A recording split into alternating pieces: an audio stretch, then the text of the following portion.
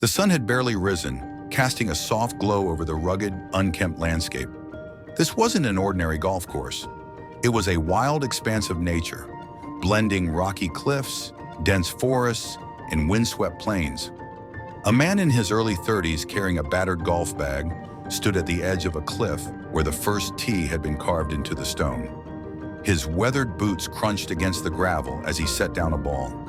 With a deep breath, he gripped his club, his eyes narrowing against the gust of wind coming off the sea below.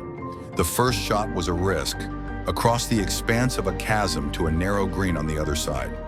He swung hard, the ball launching into the air, cutting through the wind. The ball barely cleared the edge, landing with a bounce and disappearing into the grass. He grinned, slinging his bag over his shoulder.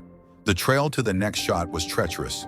He climbed down a narrow path, gripping roots and ledges to keep his footing.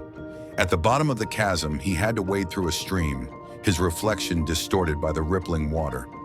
Finally reaching the other side, he found the ball nestled in a patch of wildflowers. He grabbed an iron and chipped it up a steep hill. The ball soared, hitting the ground and rolling toward the edge of the green, stopping just short of a sharp drop into a ravine. As he climbed the hill, a sudden rustle in the bushes startled him.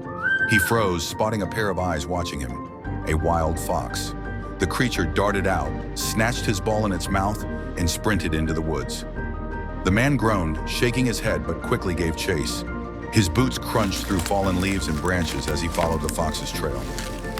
The chase led him to a clearing where the fox dropped the ball, tilting its head as if waiting. The man stepped cautiously, retrieving the ball. The fox turned and trotted off, disappearing into the undergrowth. With a sigh of relief, he returned to the game. The course led him to a rocky plateau, where the final hole lay atop a massive boulder. His last shot had to be perfect.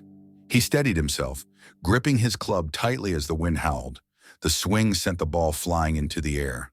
It landed on the boulder, rolled and teetered at the edge before dropping into the cup with a satisfying clink. The man let out a triumphant breath, raising his arms to the sky.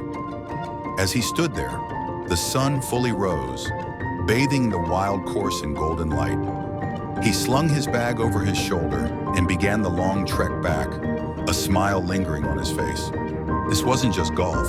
It was an adventure he'd never forget.